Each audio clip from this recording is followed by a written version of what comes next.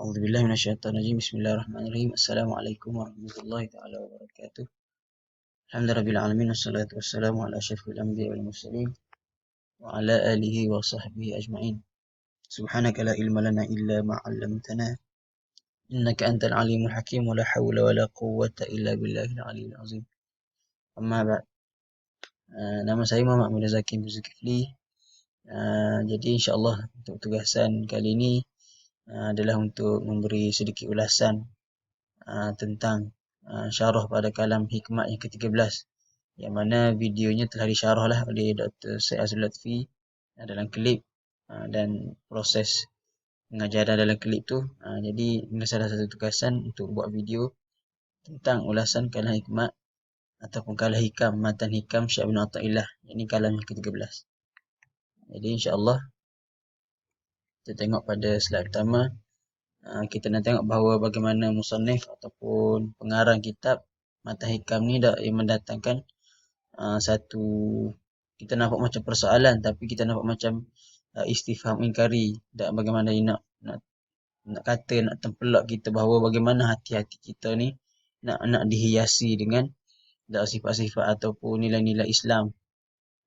Bagaimana kita nak bawa hati kita menuju pada Allah Subhanahu Wa Taala. Jadi dia perlu pada mujahadah dan bagaimana makrifah kita sendiri pada sifat-sifat Allah, makrifah hati hamba itu sendiri. Jadi itu diceritakan oleh Syekh bin Athaillah Sakandari dalam kitab matan hikam beliau, dan banyak syarah-syarah lah.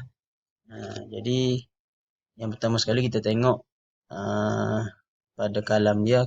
Kalamnya berbunyi, kaifa yashruku qalbun suwarul akwani muntabi'atun fi mir'atihi am kaifa yarhalu ila Allah wa huwa mukabbalun bi syahawatihi am kaifa yatma'u an yadkhula hadratallah wa huwa lam yatatahhar min janabati ghaflatihi am kaifa yarju an yafhama daqa'iqal asrari wa huwa lam yatub min hafawatihi. Ini adalah kalam ketiga pada Syekh bin Athaillah. Dan kita tengok sini bahawa ada lebih kurang dalam 4 persoalan. Jadi kita akan terjemuh sedikit sebanyak ataupun kita cerita sikit bagaimana kalam hikmah ke-13 ni memberi pengajaran ataupun memberi ilmu tentang pergerakan ataupun kehendak hati, fitrah hati manusia untuk menuju pada Allah Subhanahu Taala. Jadi mula-mula, kaifa yashruku qalbun suwarul akwani muntabi'atun fi mir'atih. Maknanya bagaimanakah hati seorang itu dapat terang, dapat nur, cahaya, terang benderang ataupun bercahaya, yakni cahaya ma'rifatullah, untuk merasakan kesempurnaan segala sifat-sifat Allah, tapi hati itu masih panggil suwarul akwan, dan masih terpahat ataupun berkait dengan gambaran-gambaran rupa dan bentuk manusia. Jadi musannif nak kata bahawa kita ni kurang mengingati Allah. Kita bangun pagi sendiri pun kita lupa pada Allah. Jadi selalu terkait kita dengan makhluk ciptaan dia. Maknanya yang paling dekat sekali kita tengok bahawa diri kita sendiri. Dan kita nak apa di dalam diri kita, kehendak nafsu syahwat kita, nak benda tu, nak makan ni, nak makan tu. Nak kata bahawa nafsu amarah kita ni ada lagi.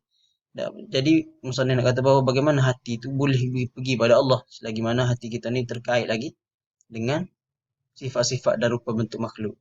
Oleh dikatakan juga oleh ananiyah. Kita paling dekat tu ananiyah, bentuk diri kita sendiri. Kita dah ingat kita aku. Bangun pagi sendiri pun lupa nak ucap nama Allah. Jadi lupa dah situ pada Allah. Jadi agak sukarlah untuk kita bawa hati kita yang masih penuh dengan nafsu syahwat ni untuk menuju pada Allah. Ma'rifatullah, kata Imam Ghazali dalam Muqit Minad Dalal, dia kata bila ditanya dia tentang ma'rifatullah, ma'rifatullah itu nurun yakdhifu biqalbihi fi abdihi. Maknanya satu cahaya yang Allah campak pada hati manusia. Cahaya ma'rifatullah itulah yang akan membantu, memandu kita untuk menuju pada Allah. Jadi nakalan tu ada di sini, nurun yakdhifullahu fi qalbi abdi.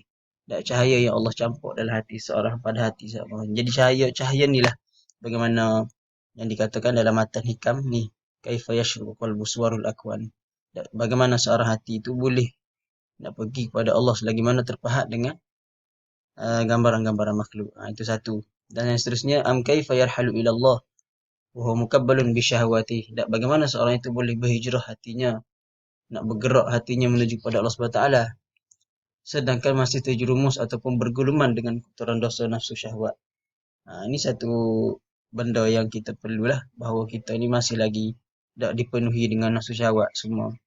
Maknanya ni perlu kepada mujahadah tak untuk menuju pada Allah. Kita tengok bagi ulama-ulama dulu pun tak dimujahadah, bagaimana dia mujahadah diri dia daripada tak dipanggil mujahadah daripada dunia, mujahadah daripada nafsu dia sendiri, kurang makan, kurang ni, kurang tu.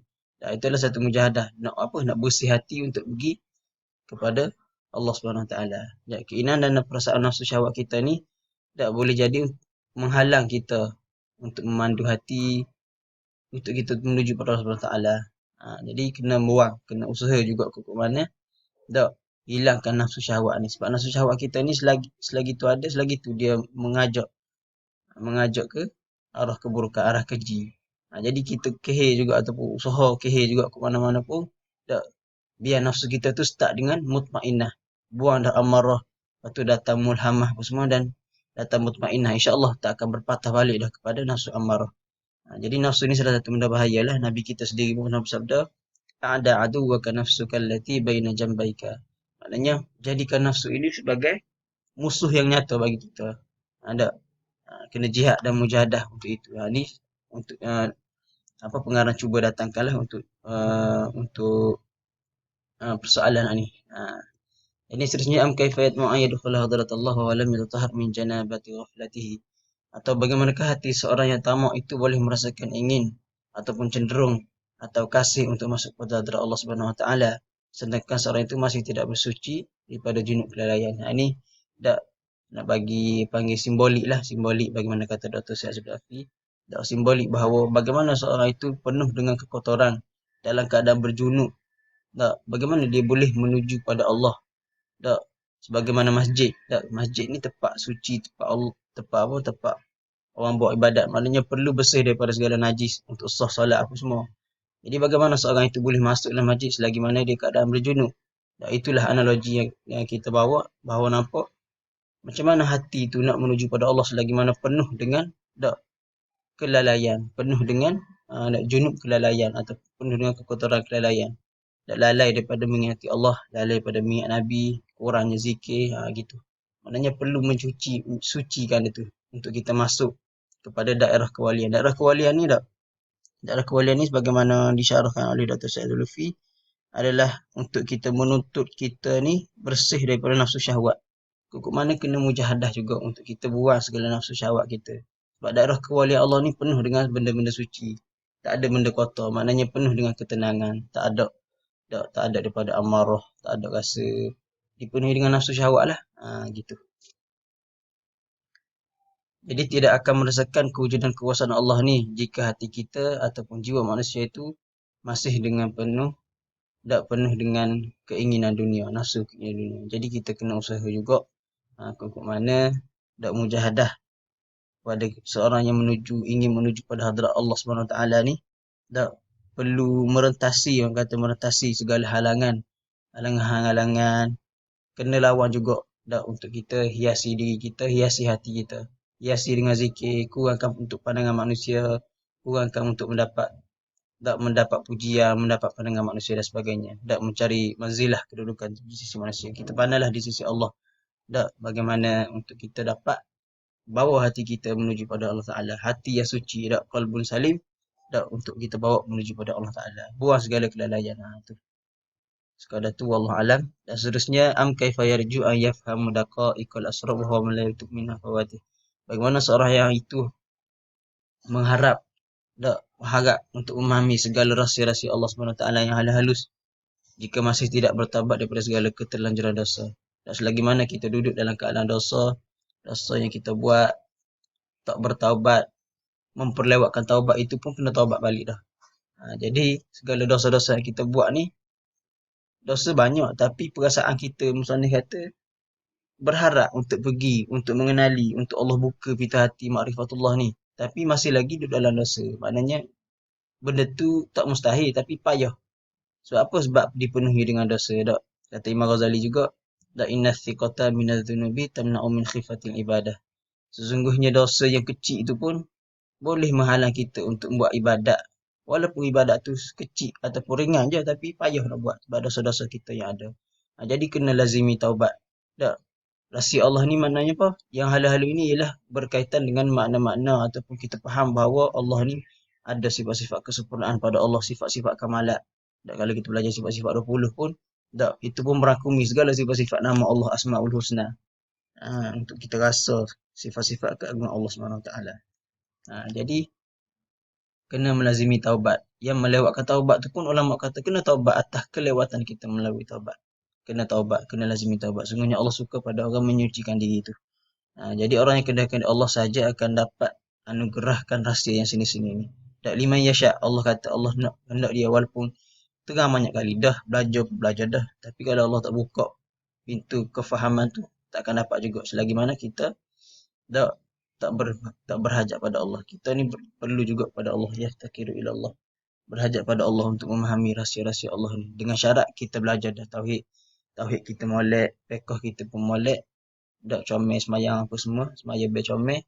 Jadi kita perlu pergi pula untuk tasawuf, untuk kita hiasi ataupun nak mengheningkan lagi tauhid dan fiqh kita dengan ilmu tasawuf. Jadi ulama-ulama tasawuf dak rasa benda ni penting sehingga banyak kita dak untuk membawa hati kita, untuk menyucikan hati kita dengan ilmu tasawuf ni. Jadi sekadar tu sajalah untuk sedikit ulasan ni. Maaf daripada saya, Muhammad Amir Zakir. Segala apa yang datang tu baik semua daripada Allah, aku hantar daripada diri saya sendiri. Tak, sekadar tu saja, wallahu alam. Semoga dapat manfaat untuk saya juga, dan terima kasih kepada Dr. Syed Azmi Lutfi atas ilmu-ilmu yang dicurahkan. 2 sem dah, saya lepas pun ada juga dengan Ustaz dirasa akidah, dan saya ni pun dirasa tasawuf. Alhamdulillah, insya-Allah dapat manfaat banyak daripada Ustaz. Jadi sekadar tu saja, wallahu alam. Assalamualaikum warahmatullahi taala wabarakatuh.